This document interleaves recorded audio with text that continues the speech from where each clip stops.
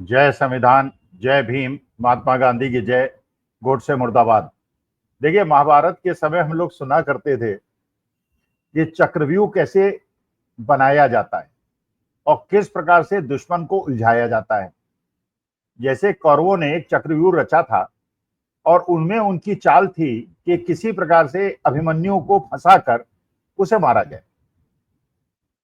वो जानते थे कि अर्जुन उस कला को जानते हैं जिससे वो चक्रव्यूह में घुस सकते हैं, उसको भेज सकते हैं। इसलिए उन्होंने बहाना बना के अर्जुन को कहीं दूर जगह भेज दिया था लड़ाई लड़ने के लिए, झूठी बात बताकर।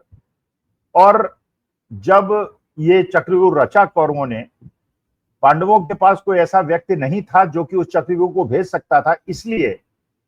लेकिन अभिमन्यु ऐसा एक बालक था जो माता के गर्भ में था, तो उसने कहानी सुनी थी। पूरे अर्जुन अपनी पत्नी को बता रहे थे किस प्रकार से चक्रव्यूह को भेदा जाता है। तो जब कहानी वहां तक पहुंची थी कि चक्रव्यूह के अंदर घुसा कैसे जाता है, वहां तक तो माता ने सुना और उसके बाद उन्हें नींद आ गई। तो अभिमन्यु को यह तो पता था चक्रव्यूह में कैसे घुसा जाता है, लेकिन यह नहीं पता था उससे निकला कैसे जाता है। फिर वहां पे कौरव पक्ष के दुष्ट लोगों ने घेर कर अभिमन्यु की हत्या कर दी थी। चलिए, तो पुरातन काल की बात है। जो लोग ताश खेला है, जिन्होंने भी कभी भी जीवन में और तीन पत्ती खेली है, उन्होंने हमेशा ये देखा होगा कि जब आपके पास तीन इक्के आ जाएं तो आपकी कैसी स्थिति हो जाती है। आपकी बाछें खुल जाती हैं, आपको लगता है अब तो आपको कोई हरा ही नहीं सकता, क्योंकि आपके पास तीन इक्के हैं, इससे बड़ा कोई पत्ता है नहीं। अगर तीन बादशाह भी अगले के पास होंगे तो भी आप जीतेंगे। ये दो परिस्थिति को देख के मुझे ऐसा लगता है, एक स्ट्रेटेजिक मैनेजमेंट के अध्यापक की तरह मुझे ऐसा लगता है कि ईरान ने अपने हाथों में तीन इक्के रखे हुए हैं और ऐसा चक्रव्यूह रचा है जिस चक्रव्यूह में डोनाल्ड ट्रंप भी फंस गए हैं और इजराइल भी फंस गया है, और जाने अनजाने हमारे देश के माननीय प्रधानमंत्री मोदी जी भी फंस गए हैं। देखिए, एक एक चीज का विवरण लेता हूं और आप उस समीक्षा पे विश्लेषण करेंगे जो मैं कह रहा हूं वो सही कह रहा हूं या गलत कह रहा हूं। देखिए, नंबर एक, ईरान ने अपनी स्थिति ऐसी बना ली है कि ईरान पे अगर भरपूर हमला अमेरिका करे तो गल्फ कंट्रीज के अंदर जितने भी उसके मित्र हैं वो अमेरिका के खिलाफ हो जाएंगे और उनके सर्वाइवल का प्रश्न उठ जाएगा। भाई, अगर आप अपनी परिस्थिति ऐसी बना लें कि अगर आपको कोई मारे तो मारते ही आपकी शक्ति बढ़ जाए और मारने वाला मर जाए। जैसे रक्त बीज के बारे में कहा जाता है कि जब उसका रक्त गिरता था तो जहां जहां गिरता था वहां वहां उतने रक्त बीज पैदा होते थे। तो ईरान ने वही स्थिति पैदा कर दी है गल्फ के अंदर, क्योंकि आप जानते हैं गल्फ के अंदर ज्यादातर देश ऐसे हैं जो अमेरिका के पिछलग्गू हैं और अमेरिका की शरण में चले गए हैं। जो शरण में नहीं गए थे, जैसे लीबिया था, इराक था, इन सबको एक एक करके षड्यंत्र करके अमेरिका ने आक्रमण करके सद्दाम हुसैन को भी ये कह के इनके पास वेपन्स ऑफ मास डिस्ट्रक्शन है, उनको खत्म किया। सद्दाम हुसैन को फांसी पे चढ़ाया, कर्नल गद्दाफी को मारा, लीबिया को कब्जे में लिया। तो उन्होंने एक ऐसा माहौल बना दिया था उस पूरे एरिया के अंदर जिसमें चुनौती देने वाला अमेरिका को कोई नहीं बचा था। अब ईरान केवल एक ऐसा है जो बचा हुआ है। अब जब विश्व युद्ध हुआ और वहां पे यहूदियों को खदेड़ा गया वहां से हिटलर के समय में, तो उनके पास कोई जगह रहने की थी नहीं। अमेरिका ने अपने यहाँ उनको जगह न देकर ऐसा किया कि गल्फ कंट्रीज में बीच में जाके बिठा दिया और ये सोचा कि एक हमारा ऐसा पहरेदार होगा जो मुसलमान नहीं होगा और जो सब मुसलमान देशों को परेशान करेगा और अमेरिका के एजेंट की तरह काम करेगा। इजराइल ने वैसे ही किया। अरे, आप जानते हैं कि अमेरिका के अंदर भी जो बड़े बड़े बिजनेसमैन हैं, ज्यादा पैसे वाले हैं, ज्यादातर यहूदी, और इजराइल के अंदर भी यहूदी हैं। तो अमेरिका के अंदर बहुत बड़ी लॉबी है जो अमेरिका में दबाव डालती है कि आपको इजराइल का समर्थन करना ही पड़ेगा, और इजराइल तो यहूदी है ही। अच्छा, उसी बलबूते पे उन्होंने आसपास के जितने क्षेत्र थे उधर अमेरिका ने इराक और लीबिया को परेशान किया, कब्जा किया, और इधर इजराइल ने अगल बगल के जो पैलेस्टीनियंस थे जिनको हटा के इजराइल पे कब्जा किया गया था, उन पैलेस्टीनियंस को मारना शुरू किया, दहशत फैलानी शुरू की और गाजा पट्टी पे जिस प्रकार का आतंक उन्होंने मचाया वो सब आप लोग अवगत, और जिसने उनका मुकाबला करने की कोशिश की उन्हें खत्म कर दिया, चाहे वो हूती हो, चाहे वो कोई भी ऐसा संगठन हो जो कि फिलिस्तीनियों के राइट्स के लिए लड़ रहा था। पुराना समय था यासर अराफत का, जब पीएलओ वहां पे होती थी और इंदिरा जी से इतने बढ़िया संबंध थे, तो हमारे अरब कंट्री से हमेशा संबंध अच्छे रहे। अब देखिए आज परिस्थिति कैसी बना दी है ईरान ने कि अमेरिका और इजराइल के न तो उगलते बन रहा है न निगलते बन रहा है। नंबर एक, अमेरिका और इजराइल का कहना यह है कि हम ईरान के अंदर परमाणु संयंत्र और परमाणु बम बनाने की अनुमति नहीं देंगे। पहली प्रश्न तो ये उठता है कि आप अनुमति देने या न देने वाले कौन होते हैं? जब आपने अमेरिका के अंदर इतने ज्यादा वेपन्स बना लिए हैं, न्यूक्लियर वेपन्स बना लिए हैं, और इजराइल ने भी न्यूक्लियर वेपन्स बना लिए हैं, तो आपको ये किसने चौधरी बनाया कि गल्फ कंट्री के अंदर इजराइल के अलावा किसी के पास भी न्यूक्लियर वेपन ना हो? चलिए, वो तो एक मुद्दा हुआ। अब ईरान कह रहा है कि हम न्यूक्लियर वेपन नहीं बना रहे हैं, हम न्यूक्लियर पावर स्टेशंस बना के अपने देश के लोगों को बिजली उपलब्ध कराने के लिए न्यूक्लियर इंस्टॉलेशंस बिछा रहे हैं। लेकिन चलिए, उनकी बात नहीं मानी। लेकिन ईरान ने जो बहुत चतुरता की, जो उसने जितने भी एटॉमिक पावर स्टेशन बनाए, एक तो अंडरग्राउंड बनाए और एक ऐसा न्यूक्लियर पावर स्टेशन जिसमें रूस वाले उनकी मदद कर रहे हैं और रूस के इंजीनियर्स और टेक्नीशियंस वहां पे काम कर रहे हैं। वो बुशहर वो इलाका है जो कि समुद्र के बिल्कुल किनारे है और जिसके आसपास अरब कंट्रीज, वो वाली अरब कंट्रीज जो अमेरिका के पिछलग्गू हैं, वहां पे बसे हुए हैं। अब उसमें चाहे कतर हो, चाहे कुवैत हो, चाहे यूएई हो, चाहे सऊदी हो, चाहे दुबई हो, ये सब उसी के आसपास हैं। और देखिए, एक विशेषता और है गल्फ कंट्रीज की, ज्यादातर गल्फ कंट्रीज, जैसे हमारे यहाँ पानी उपलब्ध है, उनके यहाँ तेल उपलब्ध है, पानी की तरह तेल उपलब्ध है। तो इसीलिए वो लोग अरबपति करोड़पति हैं, सोने की कारों में घूमते हैं। लेकिन उनका पानी की बहुत ज्यादा कमी है, अंडरग्राउंड वाटर है ही नहीं उनके। अंडरग्राउंड वाटर नहीं है, बल्कि अंडरग्राउंड ऑयल है। तो करोड़पति तो हैं, लेकिन जीने के लिए तो पानी की आवश्यकता है। तो लोग करते क्या हैं कि समुद्र का जो पानी है उसको नमक रहित करके उसको पीने के लिए उपयोग करते हैं। तो अगर आप देखेंगे तो समुद्र के किनारे बहुत सारे संयंत्र सब देशों ने लगा रखे हैं, सब अरब कंट्रीज ने लगा रखे हैं और लाइन से लगा रखे हैं, जिससे समुद्र के पानी को शुद्ध करके और नमक उसमें से अलग करके उस पानी को पीने योग्य बनाया जाता है और अपने देशवासियों को पिलाया जाता है। अब देखिए ईरान ने कैसा जाल बुना है और किस प्रकार से चक्रव्यूह रचा है। जो अमेरिका का मेन टारगेट है वो न्यूक्लियर इंस्टॉलेशंस को ध्वस्त करना है। लेकिन देखिए, उन्होंने 3 जो न्यूक्लियर स्टेशन पे अटैक किया है, बुशहर वाले न्यूक्लियर स्टेशन पे अटैक नहीं किया है। कारण यह है कि वहां पे रशियन इंजीनियर्स हैं, रशिया की टेक्नोलॉजी मदद से वो बन रहा है। और अमेरिका अगर उस पर अटैक करता है और रशियन इंजीनियर्स और टेक्नीशियंस की अगर मृत्यु होती है, तो रूस को एक प्रकार से अमेरिका ललकारेगा कि आओ भिड़ लो, और उसके बाद अमेरिका की क्या हालत होगी आपको पता है।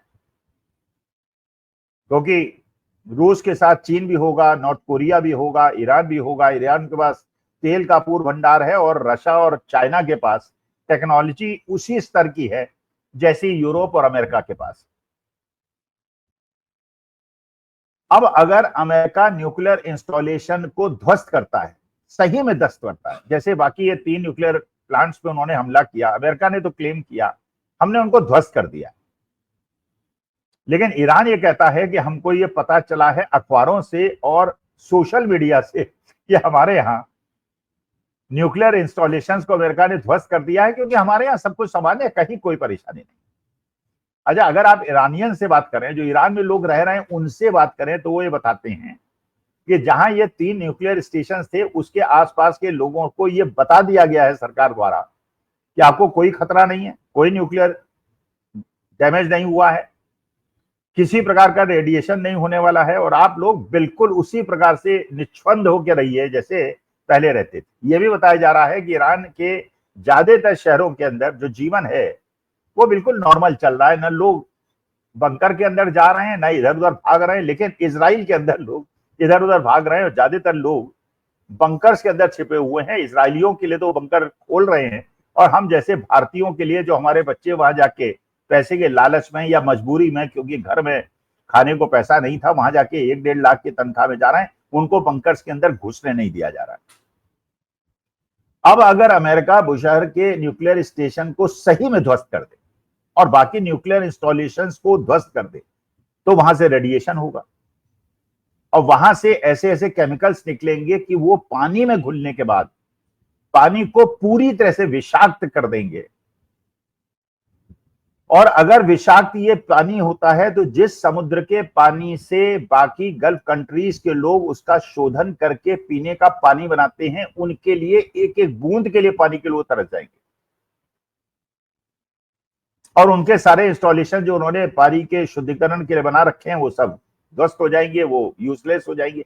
तो इसका माने गल्फ कंट्रीज कभी भी अमेरिका और इजराइल को अनुमति नहीं देंगे कि आप न्यूक्लियर इंस्टॉलेशंस को ध्वस्त कर दीजिए। हाँ, ये ढपोर शंखी आप कर सकते हैं, शेखिया बखार सकते हैं कि हमने न्यूक्लियर स्टेशन को ध्वस्त कर दिया, लेकिन न्यूक्लियर स्टेशन अगर ध्वस्त होता तो अभी तक कोई ना कोई केमिकल रिसाव या न्यूक्लियर लीकेज होता और उसका आफ्टर इफेक्ट अभी तक लोगों को पता चल गया होता। तो जो लग रहा है वो ये लग रहा है कि अमेरिका ने ये तो क्लेम कर लिया कि हमने उनके न्यूक्लियर इंस्टॉलेशंस को ध्वस्त कर दिया, लेकिन वास्तविकता में ये हवाई बातें हैं और न्यूक्लियर इंस्टॉलेशंस को कोई खतरा नहीं हुआ है और इस मामले में ईरान सही बोल रहा है। तो पहली बात तो ये, अरब कंट्रीज जो अमेरिका के मित्र राष्ट्र हैं वो कभी भी अमेरिका और इजराइल को इसकी अनुमति नहीं देंगे कि आप न्यूक्लियर इंस्टॉलेशंस को ध्वस्त करें, उसके अंदर लीकेज हो, वो पानी के अंदर मिले और ये सारे के सारे गल्फ कंट्रीज पीने के पानी के लिए तरस जाएं।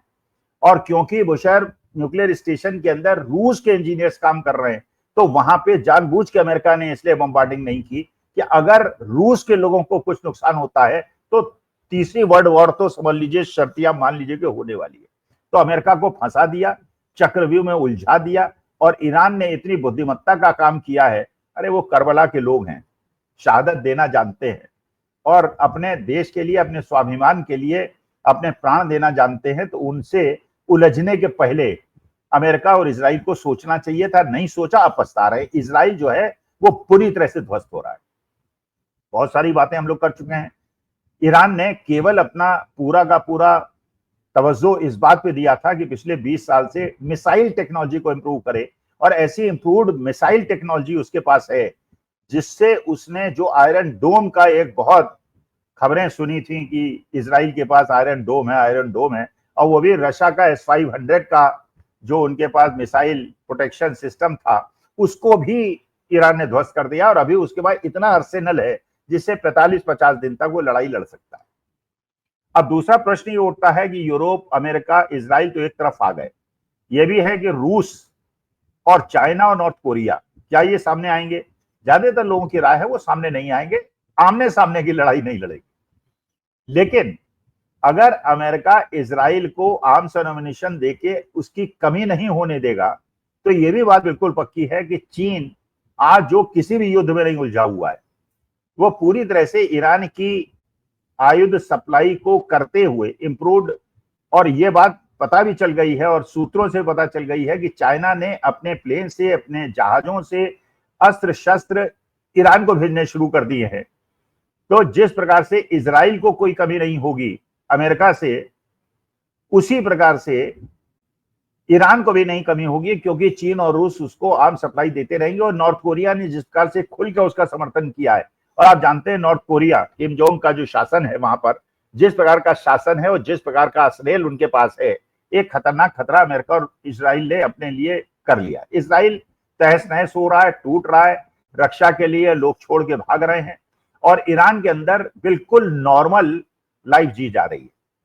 अमेरिका के अंदर डोनाल्ड ट्रंप के खिलाफ इंपीचमेंट लाने की बात हो रही है। इजराइल के अंदर नेतन्याहू की यह हल हो गई है कि अगर आज वहां इलेक्शन होता है तो नेतन्याहू बिल्कुल किसी भी प्रकार से जीत नहीं पाएंगे और उसके बाद उनके लिए केवल मृत्युदंड का प्रावधान होगा जो अगली सरकार आएगी। और दूसरी तरफ जो ईरान के प्रमुख हैं 85 वर्षीय खामेनी साहब, उनकी पॉपुलैरिटी इतनी ज्यादा बढ़ गई है कि अगर ईरान के अंदर अगर आज इस बात पे पोल कराया जाए तो उनकी पॉपुलैरिटी कभी इतनी ज्यादा नहीं थी जो आज बढ़ गई है। और उन्होंने किस प्रकार से स्ट्रेटेजिक मूव्स किए हैं आप ये देखिए। एक क्रिश्चियन जिसकी मौत हुई इजराइल के हमले में, खमैनी साहब खुद उसके घर गए और वहां जाके सोशल मीडिया से उस प्रचार किया। इसका मतलब ईरान ये मैसेज देने की कोशिश कर रहा है कि हाँ, इजराइल तो मुसलमानों के साथ अत्याचार कर रहा है, लेकिन हम अपने देश के अंदर हम उन क्रिश्चियंस का भी उतना ही सम्मान करते हैं जो ईरान के लिए अपने प्राण त्यागते हैं। तो message is loud and clear that हम तो इस्लाम का पूरा इस्लाम को फॉलो कर रहे हैं, लेकिन जो लोग कहते हैं वो जीसस क्राइस्ट के मानने वाले हैं, वो हिंसा, घृणा, खून खराबा, जो जीसस क्राइस्ट के कभी भी आदर्श नहीं थे और अपने को फॉलोअर्स कहने वाले लोग उसको आगे बढ़ा रहे हैं। इसके बाद एक चीज ये भूल गया अमेरिका जब इस युद्ध में उतरा, चाइना सीधे लड़ाई नहीं लड़ेगा, रूस यूक्रेन से उलझा हुआ है, इसलिए रूस भी हो सकता है सीधे लड़ाई में न कूदे, लेकिन अमेरिका सीधे लड़ाई में कूद कर उसने अपने लिए एक बहुत बड़ी फाइनेंशियल क्राइसिस क्रिएट कर दी है। आप जानते हैं कि अमेरिका के अंदर जो उनका जीडीपी का डेट का रेशियो है, माने जो लोन उन्होंने ले रखे हैं और जो उनकी जीडीपी है, वो करीब करीब बराबर है। इसका मतलब अमेरिका की इकोनॉमी लोन्स पे निर्भर कर रही है और लोन्स में ज्यादातर लोन्स उनके जो बॉन्ड्स हैं जो उन्होंने फॉरेन इन्वेस्टर से जुटाए हैं वो ज्यादातर चाइना के हैं। जो चाइना युद्ध में अगर सीधे नहीं भी उतरा और अपने बॉन्ड्स को उसने मैच्योर करा लिया तो अमेरिका ऐसी बड़ी फाइनेंशियल क्राइसिस में चला जाएगा जिससे सुलझना न तो उसके लिए संभव होगा और जो मेक अमेरिका ग्रेट अगेन के डोनाल्ड ट्रंप के फॉलोअर्स हैं वो उसको पचा पाएंगे। और वो तो इसी आश्वासन जो उन्होंने डोनाल्ड ट्रंप को जिताया था कि जब ट्रंप आएंगे तो देश के अंदर शांति आएगी, विश्व के अंदर शांति आएगी, वो युद्ध विराम कराएंगे। लेकिन डोनाल्ड ट्रंप ने इस लड़ाई को पार्टिसिपेट करके या तो इजराइल ईरान को लड़ने देते, उन्होंने खुद इसमें उतर के और इसको क्लेम करके कि उन्होंने न्यूक्लियर स्टेशन में बॉम्बार्डमेंट किया है, उन्होंने इनडायरेक्टली प्रोवोक किया है नॉर्थ कोरिया को, रूस और चीन को। उन्हें भी अपने अस्तित्व को बचाने के लिए प्रूव करना है कि अमेरिका पूरे विश्व का दादा नहीं है और it is not a unipolar world.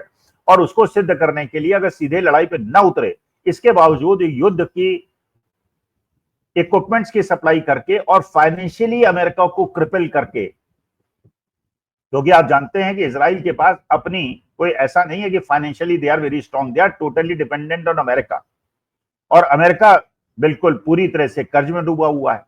अगर इस प्रकार की लड़ाई लंबी चलती है तो ईरान तो उससे लड़ लेगा, क्योंकि ईरान के पास तेल के अकूत भंडार हैं और ये तेल के अकूत भंडार का चाइना का टोटल रिक्वायरमेंट का 80% से ईरान से जाता है। तो चाइना क्योंकि आज किसी युद्ध में नहीं उलझा हुआ है, फाइनेंशियली उसके हाथ फ्री है, तो इसलिए वो ईरान की तो फाइनेंशियली मदद कर देगा, लेकिन इजराइल की मदद करने के चक्कर में अमेरिकन इकोनॉमिक क्राइसिस क्रिएट हो जाएगी, जिससे अमेरिका के लिए उबर पाना बहुत ज्यादा मुश्किल होगा।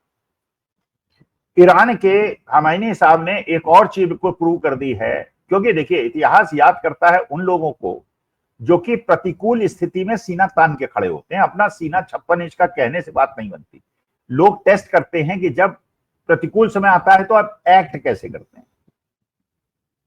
अब जैसे यूक्रेन और रूस का मसला है, आप जानते हैं रूस बहुत मजबूत है, यूक्रेन बहुत छोटा है, उससे मुकाबला नहीं कर सकता था। लेकिन यूक्रेन ने न केवल मुकाबला किया, 2-3 साल तक मुकाबला किया, रूस पे भी आक्रमण किया, खुद भी हुआ, लेकिन वो सीना तान के खड़ा रहा। उसने डोनाल्ड ट्रंप को जवाब दिया और उसी का नतीजा है कि G7 में उसे फ्रंट रो में जगह मिली। हमारे देश जो इतना बड़ा देश है, इतना महान देश है, इतनी ऐतिहासिक परंपराओं वाला देश है, उसमें माननीय मोदी जी को सेकंड रो में खड़ा होना पड़ा। तो मैक्सिको की राष्ट्रपति भी फ्रंट रो में खड़ी हुई, क्यूबा के राष्ट्रपति भी फर्स्ट रो में खड़े हुए, यूक्रेन के प्रेसिडेंट भी फ्रंट रो में खड़े हुए और हम सेकंड रो में हमें खड़े होना पड़ा। तो यूक्रेन ने और ईरान ने उस पंक्ति में अपना नाम लिखा लिया है कि जब इतिहास में याद किया जाएगा कौन सीना तान के खड़े रहे, तो उसमें ईरान का भी नाम लिया जाएगा और ईरान लंबी लड़ाई लड़ सकता है। अब अगर इसका आप कंपैरिजन करें हमारे देश की स्थिति से, देखिए अमेरिका ने खुलेआम कहा ईरान से कि आप समर्पण कर दीजिए, अपने न्यूक्लियर इंस्टॉलेशंस को ध्वस्त कर दीजिए। खमैनी साहब ने मना कर दिया। उन्होंने कहा नहीं, आप लोग कह रहे हैं कि अब शांति नहीं, अब तो युद्ध होगा। और अब आपको फल भुगतना पड़ेगा। मैंने पलटवार किया ईरान। और दूसरी, हमारे देश के अंदर जब ऑपरेशन सिंदूर हुआ, जब हमारे 26 जवानों की हत्या की पाकिस्तान ने, पाकिस्तानी टेररिस्ट ने, और जब हमारे देश के सेना ने, एयरफोर्स ने, आर्मी ने, डिफेंस फोर्सेस ने अपनी जान को रिस्क पे लेते हुए उनके सारे के सारे तो नहीं, 21 आतंकवादी ठिकानों को खत्म करने का लक्ष्य था, 9 को खत्म किया, बाकी को खत्म नहीं कर पाए, पाकिस्तान को ध्वस्त कर दिया। उनके न्यूक्लियर इंस्टॉलेशन के आसपास उन्होंने बमबारी करके पाकिस्तान को उसकी औकात दिखा दी। लेकिन बाद में हमारे देश के राजनीतिक आकाओं ने, जो अपना 56 इंच का सीना कहते हैं, उन्होंने युद्ध विराम कर लिया। ये कहा गया अमेरिका द्वारा, डोनाल्ड ट्रंप द्वारा, कि युद्ध विराम उन्होंने कराया, डोनाल्ड ट्रंप ने कराया। पाकिस्तान चुप बैठा था। और भारत की तरफ से यह कहा गया, वो भी एक्सटर्नल अफेयर्स सेक्रेटरी की तरफ से कहा गया कि युद्ध विराम डीजीएमओ लेवल पे हुआ और उसमें प्रधानमंत्री का या देश की सरकार का कोई लेना देना नहीं है। अब पाकिस्तान ने भी एक स्टेटमेंट दे दिया है कि हमने कोई रिक्वेस्ट नहीं की थी हिंदुस्तान से सीज फायर के लिए। हमारे पास डोनाल्ड ट्रंप का फोन आया था, ये पाकिस्तान ने कहा। सऊदी अरेबिया से फोन आया था, उन्होंने कहा कि भारत हमारे संपर्क में है, युद्ध विराम अगर आप आक्रमण बंद कर दें तो वो भी युद्ध विराम कर सकता है, आक्रमण बंद कर सकता है। क्योंकि हमें यूएई का फोन आया था और क्योंकि हमें अमेरिका का फोन आया था, तो हमने कहा कि अगर इंडिया भी युद्ध विराम चाहता है तो हम भी कर लेते हैं। और ये, इसका मतलब यह है कि somebody was in contact with Saudi Arabia and America, और इसके बाद ये युद्ध विराम हुआ। लेकिन जब हम जीत रहे थे, और जीतता हुआ आदमी युद्ध विराम करे तो बड़ा प्रश्न चिन्ह उठता है। ईरान तो डिफेंसिव है, ईरान अमेरिका से लड़ने में जानता है कि वो अक्षम है, लेकिन इजराइल को रौंद के रख देगा। और ईरान ने जो शर्त रख दी है युद्ध विराम की, कि हम युद्ध विराम कर सकते हैं अगर एक तो हम अपना न्यूक्लियर इंस्टॉलेशंस को बंद नहीं करेंगे, और दूसरा, आपको पैलेस्टीनियन एरिया को, इजराइल को खाली करना पड़ेगा और गाजा पट्टी को खाली करना पड़ेगा, जो करना ना अमेरिका के लिए संभव है ना इजराइल के लिए संभव है। इसका मतलब यह है, ईरान ने पूरे गल्फ नेशंस को अपनी तरफ से कर लिया है, आधा वर्ल्ड उसके साथ खड़ा हो गया है।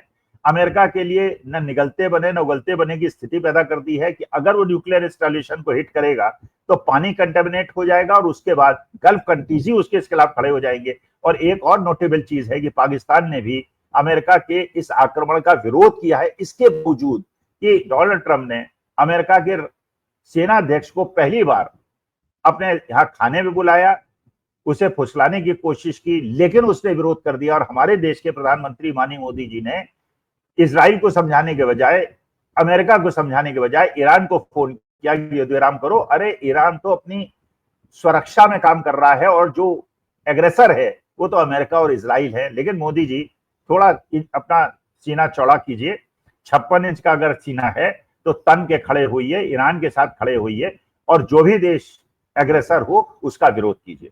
नमस्कार, धन्यवाद, प्रणाम।